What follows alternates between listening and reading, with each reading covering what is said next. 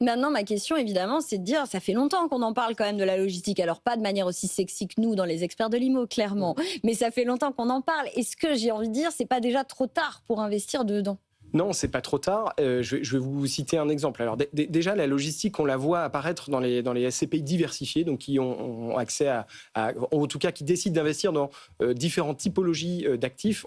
La logistique, on la voit arriver dans les années 2010. Et en 2015-2017, il y a des SCPI dites logistiques et locaux d'activité qui arrivent. Et ça, pourquoi on sent qu'il y a quelque chose qui se passe? Parce qu'il y a une structuration, notamment de l'e-commerce, c'est vrai, même s'il n'y a pas que ça, il n'y a pas que l'e-commerce, mais il y a une structuration de l'e-commerce. Il y a une explosion évidemment, et puis il y a des gens et des entreprises qui veulent se faire livrer de plus en plus vite. Donc on sent qu'il y a la supply chain, comme on l'appelle un peu pompeusement, qui est un point stratégique pour les entreprises. Et en 2020, il se passe ce que vous connaissez, crise sanitaire, et donc là il y a une explosion encore plus de cet e-commerce, de cet achat à domicile entre guillemets. Et donc on sent une. Mais ça c'est conjoncturel. La question c'est est-ce que structurellement parlant, on n'est pas arrivé au bout du bout, quoi? Non. Alors je peux laisser Romain y répondre, mais on a les chiffres de la FEVAD et je peux vous les expliquer. On les a comparés chez France SCPI qui sont extrêmement intéressants.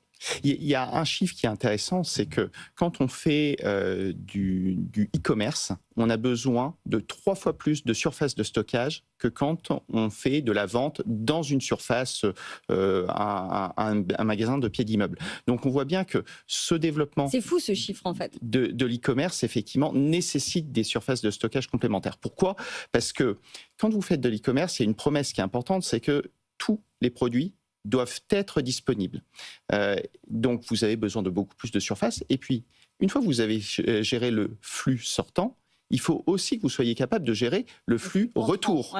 Et le flux retour, il est important et il se passe surtout sur le e-commerce. Ouais, mais c'est ça. Des chiffres sur le e-commerce, c'est extrêmement puissant.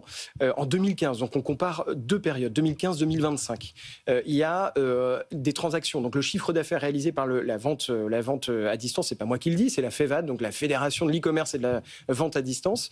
En 2015, il y a des transactions qui montent à 50 milliards d'euros de chiffre d'affaires en France. En 2025, donc 10 ans plus tard, on est à 170 milliards, un peu plus. Donc on multiplie par 3. Le nombre de personnes qui réalisent un achat en ligne, en 2015, c'est un peu plus de 30 millions de Français. Et en 2025, c'est 42 millions de Français. Donc là, vous allez me dire, Marie, puisque je vous connais, vous allez me dire, c'est bon, tout le monde est en vente à distance. Si. Non, j'allais pas le dire. Si. si, mais bien sûr, j'allais le dire, Paul. On a encore du chemin à parcourir. On en a encore sous le pied. Et oui, exactement. Parce que quand on regarde nos amis anglais, qui sont les champions en Europe, faites ce que vous voulez, qui sont les champions de l'e-commerce en Europe, ils sont à 270 milliards d'euros de chiffre d'affaires généré par la vente à distance. Donc, on se rend compte qu'on a encore un peu de gap là-dessus. Et comme le disait Romain, vous ne pouvez pas commander quoi que ce soit s'il n'y a pas de logistique derrière. La vente en ligne, ce n'est pas possible. Si vous commandez un permis de conduire pour le mettre sous le sapin de Noël, il ne pourra pas arriver sans logistique.